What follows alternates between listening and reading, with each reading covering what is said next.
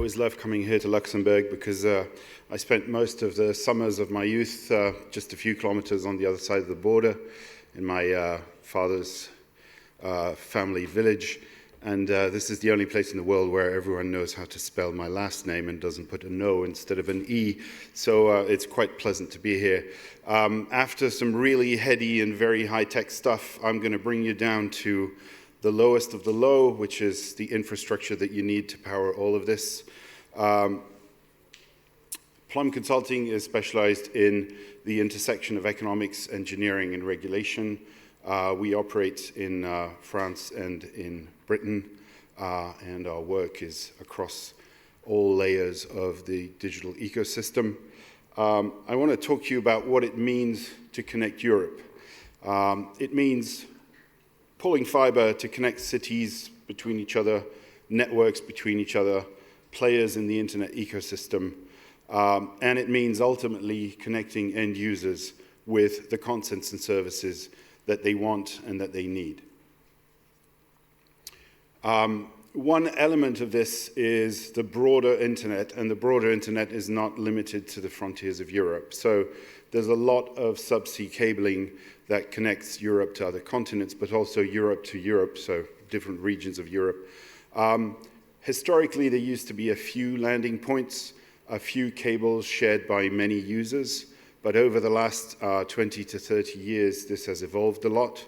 Also, we're getting to a point where, for those of us who are old enough to remember the internet crash of 2001 to 2003, a lot of that infrastructure that powered the early versions of the internet is now becoming slowly obsolete and has to be replaced. So there's a lot of activity in cable deployment, a lot more landing points all across the coast of Europe, and particularly southern Europe, which used to be a little bit less well-served historically.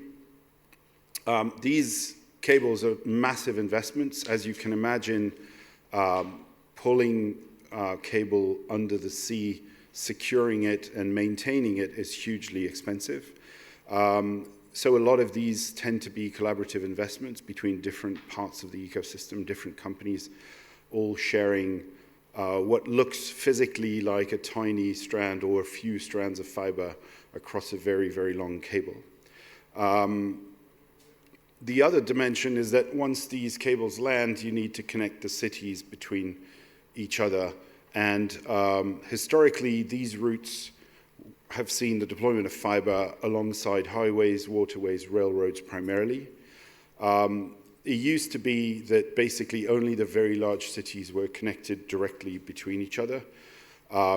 Increasingly, the market is maturing and the densification of these routes is happening. So tier 2 cities are now increasingly being connected as well for reasons that I'll tell you in a minute. So there are a number of pan-European companies that are delivering this city-to-city connectivity as wholesalers, companies like G.I.E, Colt, EXA, and incumbent operators also have this as a part of their business outlook. So what are the key market trends that we see? Well, as I mentioned already, there's more and more landing points, but that also means more and more terrestrial coverage because you need to connect these landing points, obviously. So we're seeing a densification of the routes. We're seeing more duplication. And the duplication is important because it allows redundancy.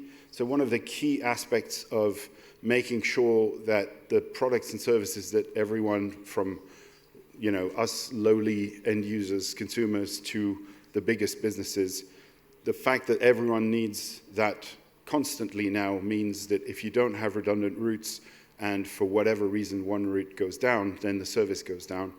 With redundancy and with the flexibility of the way internet traffic is routed, if one route is not available, another route will be found, and the end user probably won't notice unless it's really a major outage, and then maybe there'll be a few milliseconds slower than usual. But that's the resiliency of the way internet traffic is routed. The other big trend is that the large content providers who used to lease capacity to the terrestrial long-haul providers are increasingly investing in maybe not their own cables, but at least control over their own cables. So the market is shifting from primarily a resale of capacity to a resale of dark fiber, which these players will light themselves so that they have better control over the quality of service.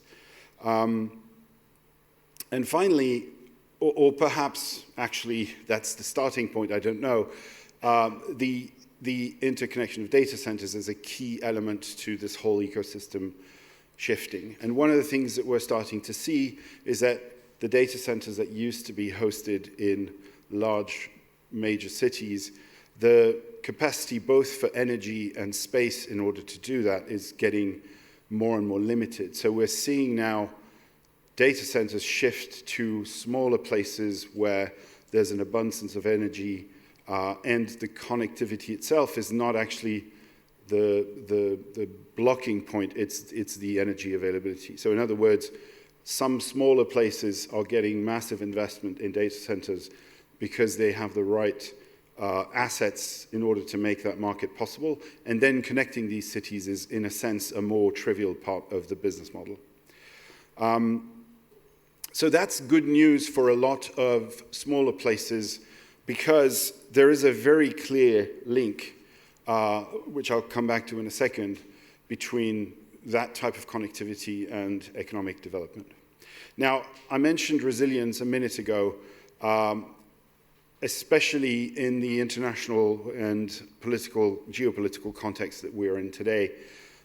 Security and resilience are becoming key issues and key considerations. I'm sure you will all have heard about some of the North Sea cables being cut off in the early stages of the war between Russia and Ukraine. We still don't really know to this day, at least we the public, exactly what happened there. But it's obvious that there are geopolitical aspects to all of this. So the European Union has been very forceful in pushing regulations that force actors in the entire ecosystem to take this into account and meet certain sets of standards in order to ensure the digital sovereignty of Europe is not threatened by external threats. Incidentally, I want to point out that this is not trivial. A lot of regulators in countries are struggling to translate these European directives into national rules. We've done quite a bit of work with some of these regulators, and it really is hard work. So it's important not to ignore this, but essentially what it comes down to is that processes need to be cast in stone and much better documented. Crisis management and contingency planning needs to be proven. And of course, there are some questions around equipment and technology choices as well. We have seen the Commission as well look into certain vendors considered not necessarily trustworthy. All of these things have impacts on the private market of long-haul connectivity. So just a few points as takeaways. There is a very clear link between long-distance connectivity and economic dynamism. There's a very interesting example, if you want to look into it, in the city of Marseille that used to be not a tech hub at all. Since the cable landings in the last few years, you're seeing more and more data centers pop up, more and more startups. All of this ecosystem is building around that cheap and high-quality connectivity that's coming in there. One consideration for Luxembourg is that if you look at the map, you're sitting at this crossroad between east, west, and northeast, so it kind of makes sense to imagine that all of these routes, one way or another, are not very far from Luxembourg. I don't know, because I haven't looked into it deep enough, how much this is being leveraged today, but it certainly is an opportunity, I think. And finally, one key consideration is that these are all 20 to 40-year investments. So in this day and age where all of our thought processes are focused on what happens the next day, it's sometimes hard to anticipate to such distances in time, but it's a key mindset that we need to look at the long-term future through the investment in infrastructure. Thank you very much. Thank you very much. That was Benoit Felten.